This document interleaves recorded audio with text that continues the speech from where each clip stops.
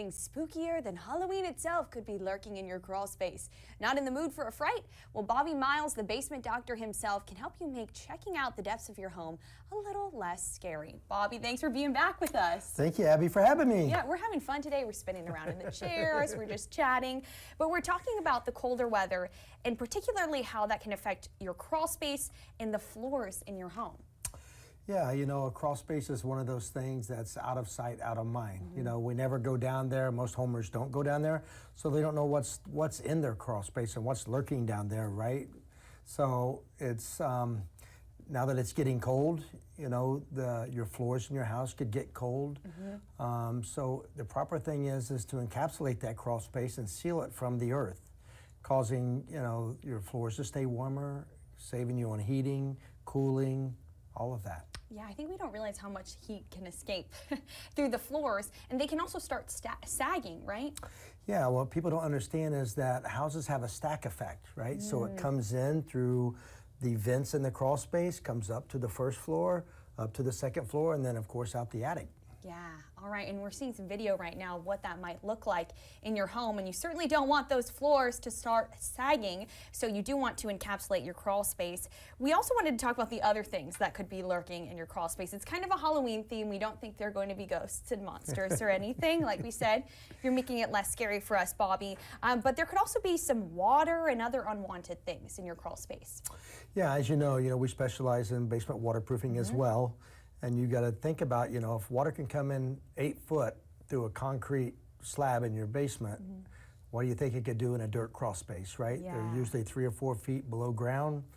The water temperature comes up, the hydrostatic pressure.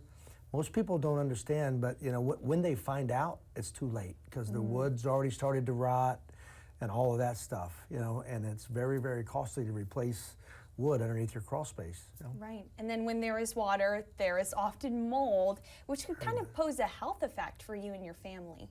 Correct. So, you know, mold, dust mites, allergens aren't good for us to breathe, right? So if you have a relative humidity inside your crawl space or your basement higher than 55%, chances are you're going to have mold, dust mites, and allergens. So if you have, you know, trouble breathing or something like that, that's probably a good place to start looking first. Right, it's good to keep you safe. So Bobby, that process of encapsulating, well, before that I want to talk about having a dehumidifier because that could help with some of those issues, right? Correct. So if you drop the relative humidity in your basement or your crawl space or even your house, you know, below 55%, dust mites, molds, and allergens can't live, okay? So that's number one. We need to drop the relative humidity in our houses so we breathe cleaner air. Yeah, absolutely, to do that. And that's a relatively, I don't want to say an easy fix, but it's something where you know what the solution is. You can put a dehumidifier in there. And the other part, as I was just saying, is to encapsulate the crawl space. So what does that process look like with the basement doctor?